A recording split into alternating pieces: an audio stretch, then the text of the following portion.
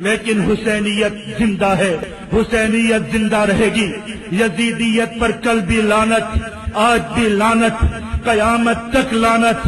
اسلام زندہ ہے، ہر کربلا کے بعد حسینیت میدانوں میں ہے، رہے گی، قیامت کی صبح تک رہے گی۔ ایمان والو، اگر محبت رکھتے ہو حسین سے، آؤ میدانوں میں نکلو، انہی ظالموں کے خلاف، اسی ظلم کے خلاف جس کے خلاف حسینیت نے مقابلہ کیا۔ ہاں ایمان والو، یہی پیغام ہے حسینیت کا۔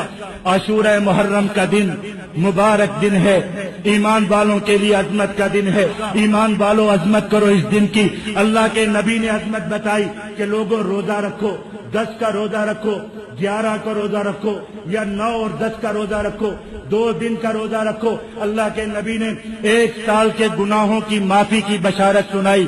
وہ دن آ رہا ہے، برکتوں والا دن آ رہا ہے۔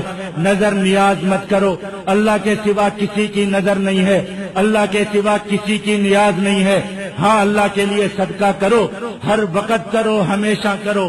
یہ دیگے پکانا، یہ مخصوص دن پہ میٹھے بانٹنا، ان چیزوں کی اسلام میں کوئی مثال نہیں ملتی، کوئی اس کی اجازت نہیں ملتی۔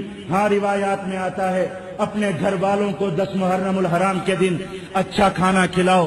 اللہ نے جو وسعت دی ہے اس وسعت کے مطابق اپنے بچوں کو، اپنے اہل کفالت کو، اپنے والدین کو، اپنے گھر والوں کو بہتر سے بہتر کھانا کھلائیں۔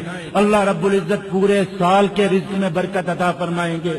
جس کو گنجائش ہو اور لوگوں کو کھلائے، وسعت کے ساتھ کھلائے۔ لیکن تقریبات کرنا، اس قسم کے جشن منانا، ایمان والو، اس کی کوئی نہ محبت سے تعلق ہے، نہ عشق سے تعلق ہے، نہ ایمان سے تعلق ہے، نہ اسلام سے تعلق ہے۔ اللہ رب العزت ہم سب کو عمل کرنے کی توفیق عطا فرمائے۔ وآخر دعوانا الحمدللہ رب العالمین۔